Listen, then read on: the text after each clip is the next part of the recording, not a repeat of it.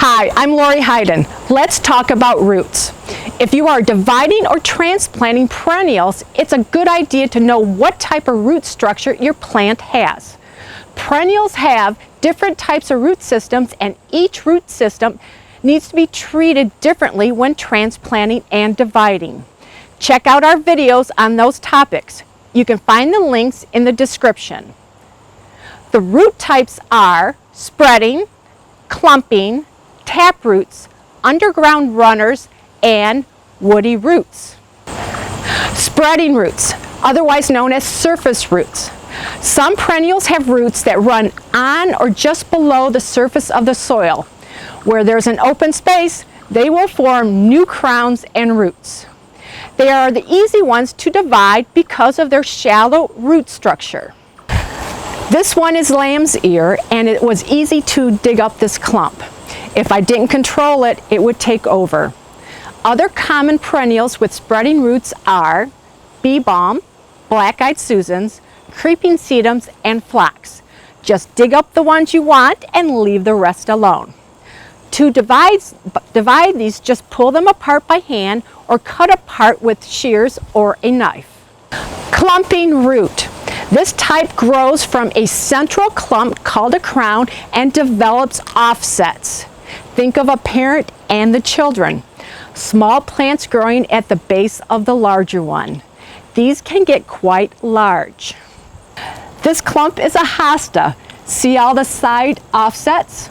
Some other clumping roots are daylilies, coreopsis, coneflowers, asters, and ornamental grasses. To divide this type, dig up the entire root ball if you can. If the root ball is small enough, you can cut through the thick, fleshy, fibrous crowns with a sharp knife or pruners. On this one, I'll probably use a very sharp spade. Taproots. A taproot is typically a long and somewhat thick root that goes down deep in the soil. These are more difficult to transplant and divide for beginning gardeners. I was very careful digging up this balloon flower because I wanted to show the entire taproot. I was happy I got it all. Well, guess what?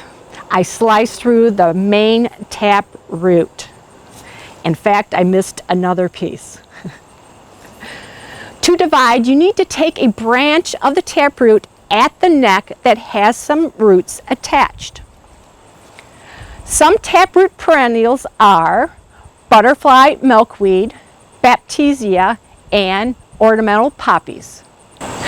Underground running roots. This is the challenging one. This type of root may also be referred to as a sucker. The underground running roots can develop suckers as they grow beyond the original clump. This is common milkweed. Look at the vertical and horizontal root. This is the root that will run. It could go as far as 7 to 8 feet away. I tried to dig up as much as I could, but I didn't. And this was actually attached to it a few feet away.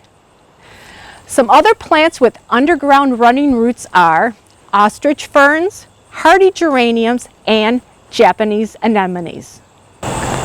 Woody roots. They typically have one main trunk. You do not want to cut into the main trunk. Perennials with woody roots tend to form roots when a woody portion of the plant rests on the ground or slightly buried in the soil. Make a new plant by simply cutting between the woody stem and the mother plant. This is lavender. I cut an above ground stem that formed from the mother plant. There is enough roots to replant. Other woody root systems are candytuft and some salvia. Now you have a better understanding of root systems. This should help you identify other perennials in your garden. If you have any questions, please visit the English Garden stores and talk to one of our experts. I'm Coach Lori, helping to make your life more beautiful by making gardening easier.